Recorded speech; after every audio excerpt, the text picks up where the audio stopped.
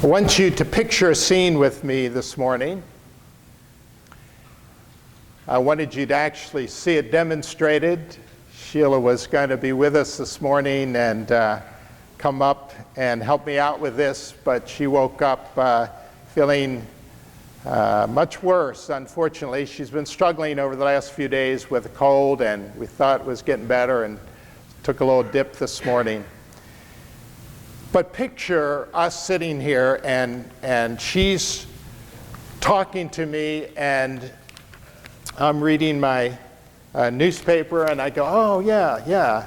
And she's talking, sharing with me something that she had just heard from her daughter Jilly. And I said, I understand, your concern there. And she's telling me how Jilly's been sick, and which is true. She got the same thing. And I said, well, just tell her to go to the doctors. And she's kind of pouring out her heart, and I'm still just, what? Distracted. I'm not listening very well. And I'm also giving her the obvious, well, this is how you're going to fix it, right? I mean, it's a no-brainer. We have in Scripture what I think and I hope will be a wonderful Valentine gift for me, and perhaps this will apply to a few others of us this morning. And it comes from the pen of James. You find it in your bulletin. My dear brothers and sisters, take note of this. Everyone should be quick to listen, slow to speak, and slow to become angry, because your anger does not produce the righteousness that God desires. If we can master those three simple instructions, the likelihood of blow-ups in our marriage goes way down. The joy factor tends to go up. And we will find that people in general will want to be around us a whole lot more. People will begin to say, have you noticed the change in Dave? He's so much easier to be with.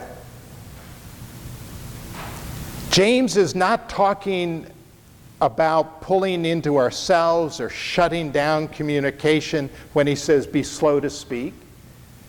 He's talking about the art of good communication.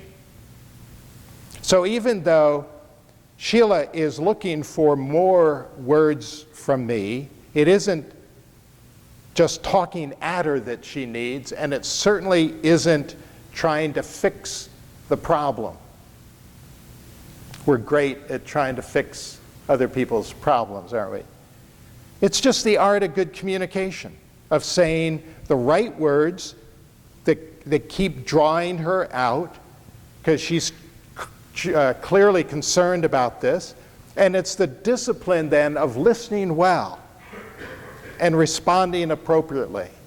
It's not the need for just more words coming from me at her.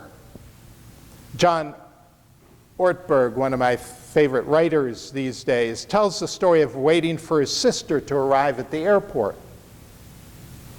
We were in this small waiting room with another woman who was with her 8-year-old son, waiting for an older daughter to arrive on the same airplane that my sister was on. We were stuck there waiting for our family members to arrive for over an hour. And for that whole time, the woman we were waiting with, although we had never met her before, did not stop talking any longer than it took her to inhale. She told us about her marriage. She told us about her kids. She told us about her husband's work. She told us about her extended family. And by the time we were through, I knew more about that woman than some relatives that I had known all my life. When her daughter and my sister came, this woman stood up and began to walk out of the room, but she didn't stop talking. She kept the flow of words going, even as she moved towards the door. I've got to run a bunch of errands, so we better hurry up. I've got to stop by the store. I've got to pick up some groceries. I need to fix dinner for your father. And oh yes, I need to run and get some buttons. And then her 5-year-old son said the only words that he had spoken that whole hour. He looked his mother right in the eye and said, "Mother, you need a button for your mouth." And John said, my whole family went, yes. But when you stop and you think about it, that's not a bad idea, is it? Wouldn't it be a great thing if we could hand out buttons on your way out this morning? Because haven't you had days where if you just had a button for your mouth at the beginning of the day, you would have been in much better shape at the end of the day? Don't you have people in your life for whom this would be a great gift? Here's a button for your mouth. God knows that this is a problem. That's why you'll find it throughout Scripture. Solomon writes, a person of knowledge uses words with restraint, and a person of understanding is even-tempered. Even a fool is thought wise if they keep silent, and discerning if they hold their tongue. Proverbs 17:27. Solomon is saying that we can get a reputation for being wise by simply following James' advice. Be quick to listen, slow to speak, slow to become angry. So the first question that comes to my mind is, how do we know if we're talking too much, listening too little?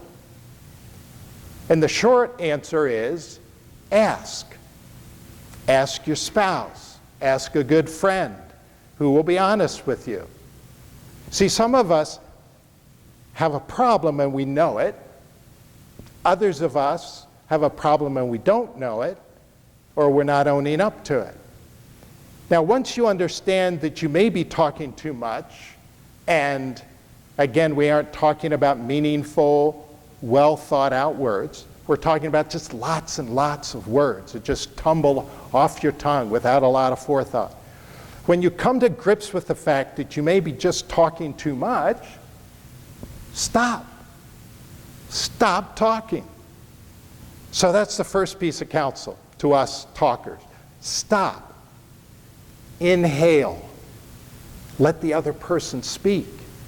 Ask yourself the question, when was the last time I heard a voice in this conversation other than my own? Other people in the room will be so glad you just stopped for a few minutes. Second piece of counsel, practice not interrupting. When the other person is speaking, don't speak. Some of us are in relationships, we're in marriages where we have not had the pleasure of finishing a sentence in years. Now, we're talking about a Valentine gift that will help us build a good marriage. But these principles apply to all relationships in life. If you suspect that you talk too much, or if your spouse or friend has indeed confirmed this for you, then the next question is, why? Why do I feel the need to talk so much? What's going on in my heart that leads to this nonstop flow of words? Maybe it's fear. Maybe it's insecurity. Maybe it's a need to hang on to that person we're talking to, and if they just keep talking, they can't leave, or they can't emotionally pull away from me. And of course, the very thing that we're afraid is going to happen is going to come true because we're talking too much. And the irony is that talking is an attempt to connect with people, but often it is the very thing that drives people away. So ask yourself, why do I feel the need to talk so much? This gets down to really examining some heart issues, because Jesus says, you know, out of the heart, out of the mouth flows what's in your heart. Sometimes it's a need to control the situation because we're really very shy, we're very introverted. And so, you know, if we stop talking, then I don't know what's going to happen. Be slow to speak, James says. Don't talk too much or too quickly or too rashly or too foolishly, Solomon says. And here's the good news for us big talkers. You can do this. I can learn how to do this. We can begin to change starting right here and right now. And your marriage will improve. People in your relational world will be so grateful. Be slow to speak. Second, be quick to listen. Eager to listen. Devote yourself to the art of good listening. Get good at it. Become a world-class listener. You see, listening is an act of humility. It's an act of love. Listening says, I'm putting my own agenda on the shelf because I got a lot I could say about this, but I'm going to put this on the shelf and I'm going to devote myself to listening to you. Here's a good relational tip. For the most part, people are not looking for world-class talkers. Right? People are generally not looking to spend time with those who talk a good game, with clever communication and great wit. We like that in our leaders. We like that in our teachers, especially those who teach larger groups. But most people don't look to build deep relationships with world-class talkers. And what's really interesting, often that people who are good up front talking are generally pretty shy.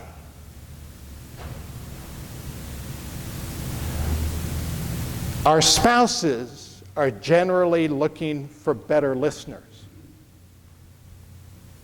You know, it's rare to experience a relationship with another person who consistently sits with us just to listen.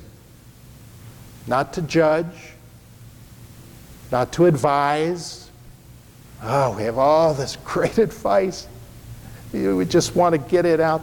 Not to evaluate, just to listen. People are starved for a good listener. Marriages thrive when husbands and wives learn the art of putting the newspaper down and looking each other in the eye and listening well to what the other is saying. You know, God is a great listener. Maybe actually the biggest part of his job. We look to God to fix things. Get upset with him when he doesn't fix it. In Scripture, God is characterized as a great listener. While they are speaking, I will hear them, is a phrase you see throughout the Psalms, throughout Scripture. God hears every word we utter. God sees every tear we shed. God said to Moses when he was about to deliver his people from Egypt, I am the Lord your God who heard my people's cry when they were in distress. I heard them. Think about that. God, the creator of the universe, is never too busy, never too occupied, never too bored to listen to our smallest requests, our most petty complaints. Our God is a great listener. And he says we've been created in his image. So we have the potential of becoming great listeners as well. It's in our genes. We can go to school and take classes on how to talk. Some of us have had communication classes, speech classes. But there isn't much available in our educational system in how to listen. If you want to become a world-class listener, let me just give you a few guiding principles from the experts. First, look the person in the eye that you're listening to. So often we're saying, "Oh, hi, how are you?" and we're looking over their shoulder. Have you ever been in a conversation with a good listener? They focus right on you. You feel like you're the only one in their world at that moment. You and me, we can learn this art of listening. We can follow the model of Jesus, who's a master at this. In the Gospel of John, we read these words: "As Jesus was walking along, he saw a man blind from birth." A lot of stuff going on. People talking at him, and he's having conversation, and all of a sudden he saw, and he focused. In the Gospel of Mark, we read about a man who came up to Jesus, and we read Jesus looked at him and loved him. Looked at him and loved him. Husbands, wives, parents, grandparents, when was the last time you looked at your spouse or your child or your grandchild full in the face and you saw what makes their face beam with joy, or their eyes light up, or you see what makes their shoulders sag in defeat? When was the last time you really looked at the people in your life? People especially that you say you love. Jesus, the great listener, had a way of focusing and looking at a person he was listening to that opened them up and eventually changed their life. He could do it in just a few moments. Zacchaeus, come down here. I want to go to your house. Second, skilled listeners ask good questions. Jesus would say, people would ask him questions, he would ask them a question in return. What do you want? Jesus would say. Who do people say that I am? What does the law say? What were you arguing about back there? Where's your husband? Why do you call me good? And then he would wait for an answer. And he would really listen to that answer. Jesus was genuinely interested in what the people around him were thinking. Third, world-class listeners don't feel the need to express every thought that flits across their brain. Fourth, world-class listeners don't betray a confidence. Part of being slow to speak is not feeling the need to share what we hear with other people. Slow to speak, quick to listen. I suspect we violate this wonderful wisdom the most with our children and with our grandchildren. Parents, grandparents, when was the last time you looked your grandchild full in the face and really listened? And parents, why can't we stop our conversation with another adult long enough to just stoop down and listen to what our child or grandchild wants to say? We're so like, that's rude, don't interrupt, I'm talking. One author writes, we spend the first 12 years of our child's life telling them to quit interrupting and be quiet, and then we wonder why they don't speak to us during adolescence. When we listen, when we look, when we give undivided attention, when we give an appropriate touch, to a spouse, to our child. We give life. So, slow to speak, quick to listen, slow to anger. And notice if we get the first two right, we'll tend to come out okay on the third one. If we carefully cultivate the habit of listening well to our spouse and cultivating the habit of speaking well with restraint, then it just naturally follows we'll be slow to anger. They'll be slow to anger. On the other hand, if we fail to listen well, we'll probably misunderstand the one we love. And if we speak out too quickly and too rashly or interrupt, we'll probably get angry a lot because you didn't hear the whole story. You didn't see it in their expression, why they're saying this. James goes on to write, our anger does not bring about the righteous life that God desires. Once we let some angry words fly, we can work through forgiveness. We can work on repairing the breach. But the truth is, we can't unsay those words. We can't erase them from the memory bank of our spouse or our friend.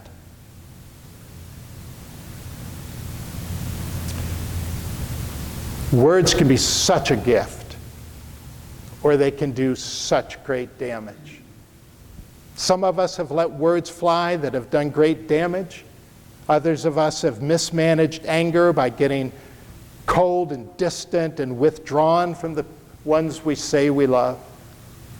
So we need to ask forgiveness because life is too short.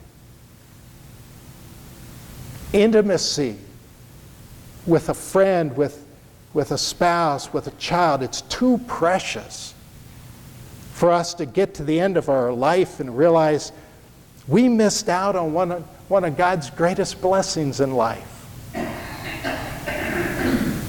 Would you bow your heads with me? You know, rebuilding a relationship starts with good communication. Good communication with God, and then with each other. So let's just take this moment of quiet to ask God right now to reveal to you anything in a relationship which isn't pleasing to Him. And then listen. And then respond with confession. Perhaps with a commitment to rebuilding relationships wherever they have broken.